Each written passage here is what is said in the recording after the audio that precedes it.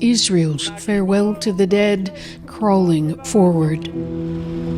The return of the bodies of all 28 hostages, too slow for a nation that knows how long the path of mourning will be.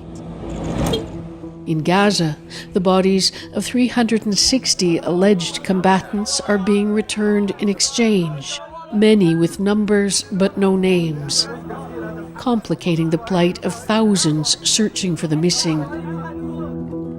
The practice of withholding the dead lives on both sides of the Israeli-Hamas conflict, crude and cruel bargaining at the best of times.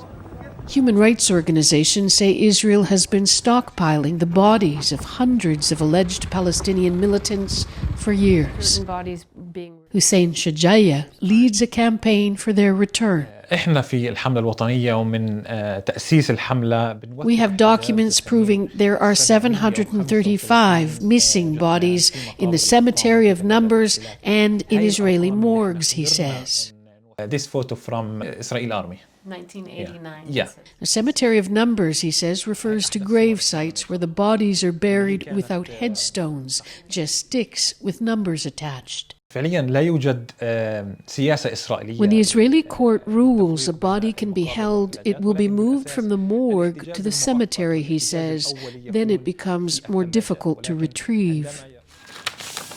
Shajaya says Israel held 405 Palestinian bodies from Israel, Gaza, and the occupied territories before October 7th, 2023, and that it's added at least another 330 since. Gazans aren't included in that post-October 7th total. Jabal Mukaber is a neighborhood in occupied East Jerusalem, opposite the concrete wall that separates the city from the West Bank in the distance. It is here that a family still awaits the body of 14-year-old Wadia Shadi Alayan, killed by Israeli border police near an Israeli settlement 18 months ago. It was the 5th of February, says his mother, Linda. He came and had breakfast with me and then left. I never saw him again. Not in the flesh.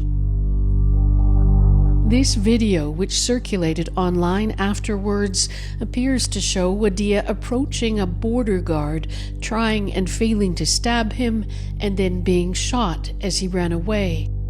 They never allowed us to see his body, says his mother, and since he's been martyred, we have been trying through the legal system to retrieve it. Adala, a legal charity advocating for Palestinian rights, took the case to Israel's Supreme Court. Lawyer Neriman Shahad Zoabi says it's been devastating for the family.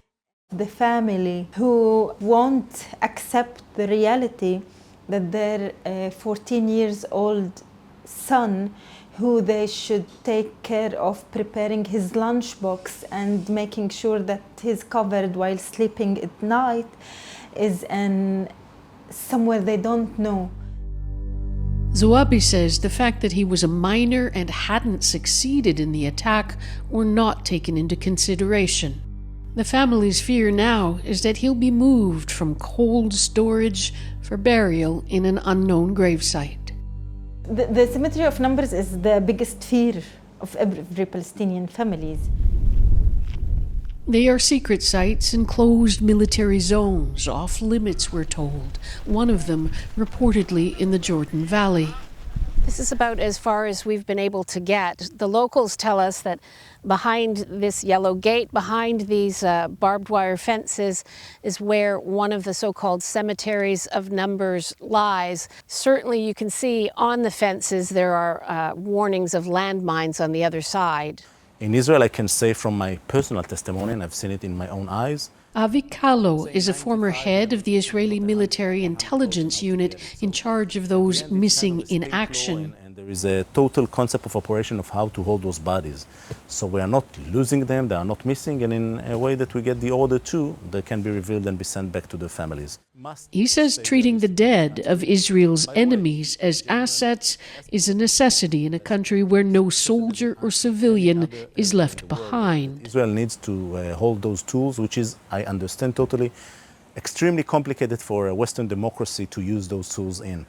But in the posture of how do we build those tools that can serve us to bring our loved ones back home, that would be a genuine tool.